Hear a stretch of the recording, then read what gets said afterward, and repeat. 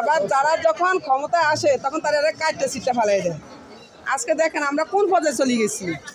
যুক্তরাষ্ট্রের যে আগে ছিল বাইডেনের পরে নাইব ট্রাম্পের আগের যে মামলাগুলো ছিল, সে যে ক্ষমতা, তারপরে তাদের আদালতে বলছে যে তার মামলা চলবে, তাহলে কত বড় আইন। আর আমাদের দেশের সরকাররা কি করে, যারা যখন ক্ষমতা আসে তারা তখন আলোচনা সব বাতিল করে দিয়ে তারা আবার নিজেরা বাতিল করে। আজকে এই কারণে আমাদের বিচারপতিকেও মানে গলা রশি কলা পাতায় বসে থাকে, হ্যাঁ, এ ধরনের ইয়া। তো এইটা আমরা হাসার কোনো ইয়া নাই, এটা হচ্ছে কি মানে আমরা লজ্জিত, এরকম কোনো বিচারপতি কোনো ধরনের কোনো কিছু না হয়। এটা হচ্ছে কি ভাইয়া, এই যে কালকে একজন বিরোধী দলের নেতা চলে গেল চিকিৎসার জন্য, আরেকজন পলাইয়া গেল। একদিন এই প্রশাসন বিরোধী দলের নেত্রীদের দেখতে যায় না, তার নিরাপত্তাও দেয় না। তখন বর্তমান সরকার নিরাপত্তা দিচ্ছে, আর তার হে সরকার চলে গেছে এর নিরাপত্তা, আবার তার জন্য অভিনন্দন দিতে গেছে হাজার হাজার মানুষ। এরা কারা? আজকে দেখেন এই যে রাস্তায়, এই ফুটপাতের রাস্তায়, আমি কিন্তু ফুটপাতে ব্যবসা করি। ব্যবসা কি, আমি তাদের কাছে টুরকিগুলা দিই, তার থেকে 2 টাকা আনি, তখন আমি দেখি যে এই ফুটপাতের টাকা দিয়ে তারা রাজনীতি করে, আর তারাই কিন্তু অভিনন্দন দিতে যায়। আর কিছু লোক যারা আছে, যারা রাষ্ট্র সম্পর্কে বুঝে না, তারা কিন্তু কখনো অভিনন্দন দেয় না। তা আমরা চাই এই অভিনন্দন দেওয়ার দরকার নাই, চাঁদাবাজি বন্ধ করো।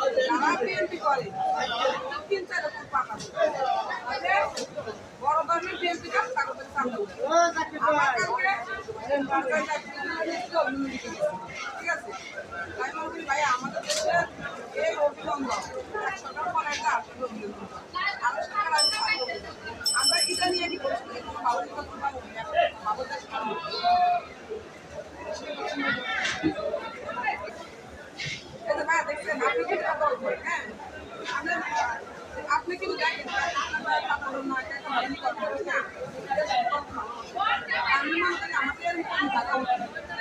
আমাদের দেশের ক্ষতি করে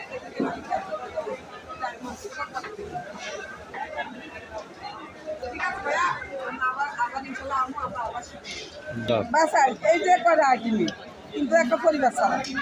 এখন এই মালটার দাম যদি বেশিও তাহলে কাস্টমার নেয় না, আর যদি কম দামে পড়ে যা আপনাকেও কিন্তু ব্যবসা হয় না। কিনলে কম দাম হইলে হয় না, বেশি দাম হইলে হয় না, কিন্তু বাজারটা থাকতে হবে কোন দামে, একেবারে মধ্যস্থলে থাকতে হবে। যেখানে মধ্যস্থলে থাকলে কি হয়, বেশি বিক্রিত হয়, খরচটা আমাকে ভরতে মিলে। আজকে মনে করেন এই যে মাল নিয়ে বসা হয়েছে, টেস্টটা নিয়ে ভাগতে হইব, হস্তা থেকে ধরো না, হস্তা কি কারণ ভাইয়া? এই যে কৃষকের যখন এই জিনিসটা করছে তখন কৃষকগুলো অসুস্থ না ভাইয়া? আর 5 টাকা হয়েছে না? না 5 টাকা হয়েছে। তাহলে দেখেন শুরু থেকে আমরা শেষ, মানে কৃষক শুরু করছে আর শেষ করেন কিন্তু আমরা। আসলে কৃষকরা এবার ফুলকপি কইরা কৃষকে মানে কষ্টের পয়সা পায়, কৃষকে ফুলকপি কইরা কষ্টের পয়সা পায় না। 2 টাকা পিস বেচছে, 2 টাকা পিস যদি ফুলকপি বিক্রি করে তাহলে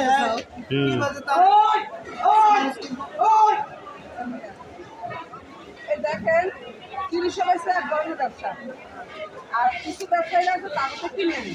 কৃষক পাইলে আপনার উৎপাদন বাড়ে, কৃষকে যদি আপনার লস দেয় তাহলে উৎপাদন সত্যি থাকবে। কৃষকের লস আবার বিভিন্ন ক্ষেত্রে যদি মনে করেন আবার আলু আছে, আলু এখন যদি 20 টাকা কানে বেছে, 20 টাকা যদি আলু কানে বেছে তা কৃষকের কত 15 টাকা দাম পাই, 15 টাকা দাম পায়। আবার যে ব্যবসায়ী আনছে তাকে আবার লস করতেছে না, আরো মোটামুটি দেখা গেছে যে কষ্ট করছে তাকেও লাভ লাভ নেই।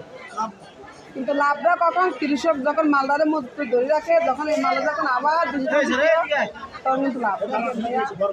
এটা আপনার কথাই বলছেন না, সবাই তার দেশে থাকছে, কে টাকার সাথে থাকতে পারে।